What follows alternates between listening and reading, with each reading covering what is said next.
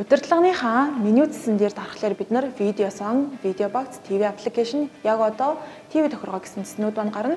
Видео сон маань категориуд энэ доор харагдаж байна. Энэчнээсээ бид нар контентоо тоглуулад үзэх боломжтой. Түрээслэх контент маань иймэрхүү байдалтай харагдах нь байна. За түрээслэх бол түрээслэх товчоод арчна.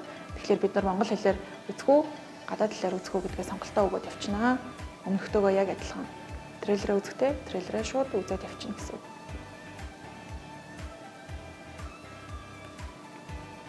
За видео багц. Видео багцууд бол өмнөхтэйгөө адилхан. Харин олон ангид кино маань харагдах байдал нь дараах байдлаар харагдаж байна. Доор ангиудаа сонгоод үзэх боломжтой. Бид нэр түрээслээд үзсэн учраас энэ одоо шууд тоглуулаад харагдаж байна.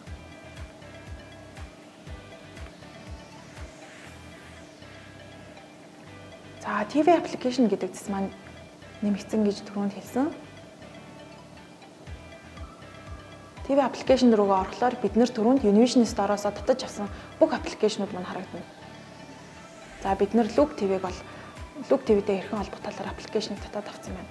Дуртай аппликейшн дээр нэмэхийн тулд бүх ап руугаа орж агаад тухайн аппликейшнийг сонгоод өгчнө гэсэн үг. За ингээд дээдлийн зүрхэн байгаа. Дуртай аппликейшн руугаа орохлоор манай аппликейшн сонгогдсон харагдана. Бас нэг нэмэгдсэн зүйл нь гэх юм бол яг одоо гэсэн зэс байгаа. Яг одоо зэсэн дээр бид нар ямар телевизэр дээр ямар контент тоглож байгааг харах боломжтой. За National Geographic цуваг дээр Survival Alaska Completion гэсэн контент гарч байна. Энд бол пострууд маань дээр харагдаж байгаа. За TV гэсэн хөтөлбөрүүдэд харна. Яг одоо ямар хөтөлбөр харагдаж байна гэдэг маань ногоон шумаар харагдаж байгаа. Дээрээ play icon-тай хөтөлбөр маань нөхөж үзэх боломжтой гэдгийг зааж байгаа.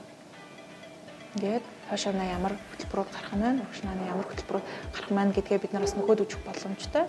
За хөтөлбөр рүүгээ шууд орчхоор ингээ гараад ирж байгаа.